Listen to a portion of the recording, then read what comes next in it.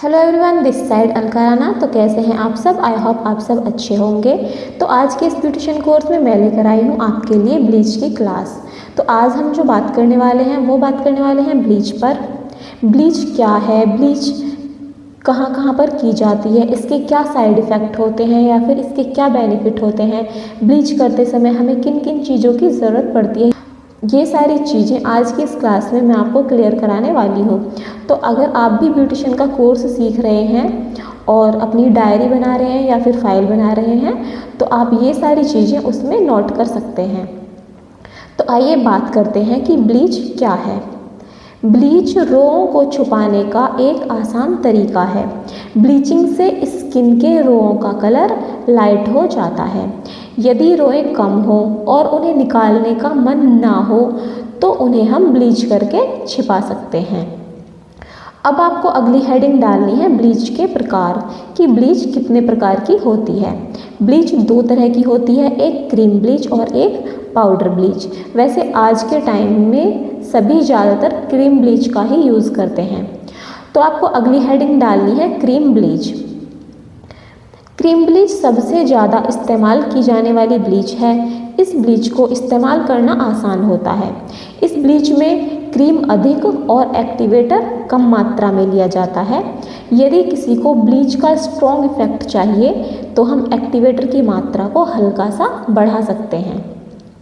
अब आपको अगली हेडिंग डालनी है कि ब्लीच कहाँ कहाँ पर की जा सकती है।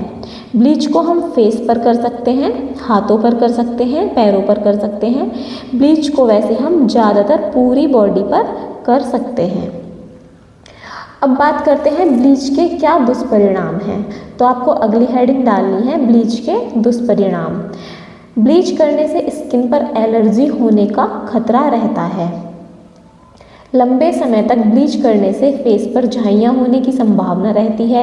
जल्दी जल्दी ब्लीच करने से स्किन ब्लैक होने लगती है। तो इसके ये सभी दुष्परिणाम हैं जो मैंने आपको अभी बताए हैं, ये आपको अपनी डायरी में नोट कर लेने हैं।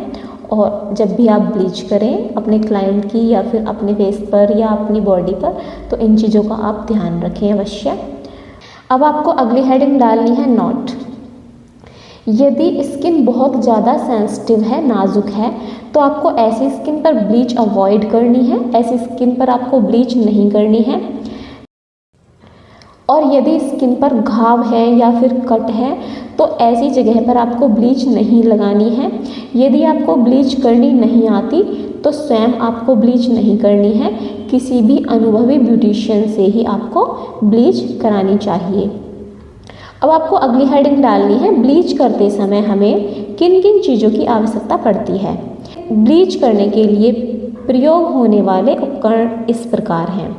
Number 1 facial apron, number 2 sponge या tissue paper, bleach brush, bleach cream, activator, facial band, towel, cleansing milk, astringent या गुलाब जल।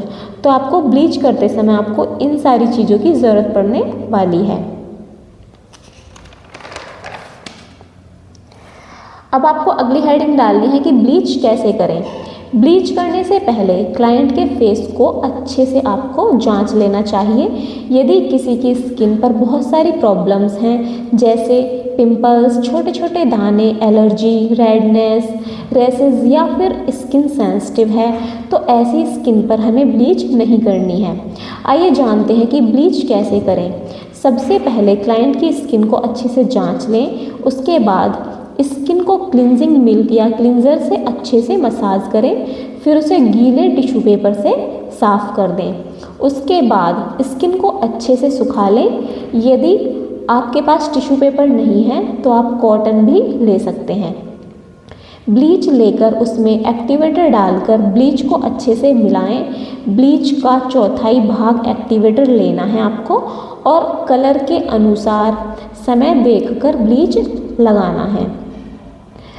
आप एक बार ये चेक कर लेंगे कि आपके क्लाइंट के हेयर बहुत ज़्यादा हार्ड हैं या फिर नॉर्मल हैं। अगर बहुत ज़्यादा हार्ड है हेयर तो आपको एक्टिवेटर की मात्रा थोड़ी सी बढ़ा लेनी है। ब्लीच लगाने के 5 मिनट बाद ब्लीच को चेक करना है और कभी कभी उंगली की मदद से सर्कुलर मोशन में चलाना है। ब्लीच लगाने के 10 से 15 मिनट बाद इसे किसी स्पंज या टिश्यू पेपर से साफ़ करना है। उसके बाद पानी या स्प्रे देकर स्किन को साफ़ कर देना है। यदि साथ ही आपको फेशियल करना है तो फेशियल करेंगे, नहीं तो सन प्रोटेक्शन मॉइस्चराइज़र लगाकर छोड़ देंगे। यदि ब्लीच करने के बाद किसी के फेस पर जलन होने लगे या किसी भी प्रकार के दाने या चकत्ते हो जाएं, तो ऐसे में तुरंत ब्लीच को साफ़ कर देना है और बर्फ़ के पानी से फेस को धोना है।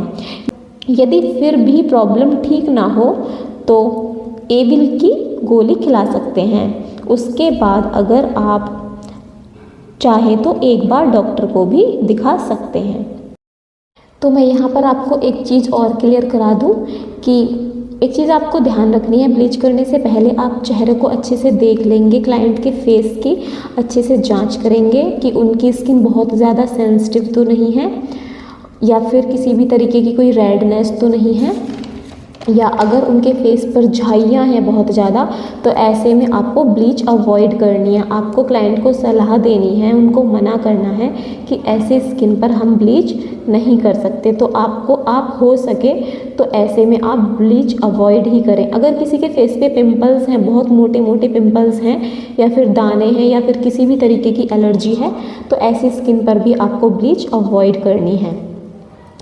तो मैंने ये सारी चीज़ें आपको क्लियर करा दी हैं। आई होप आपको सब कुछ अच्छे से समझ में आ गया होगा।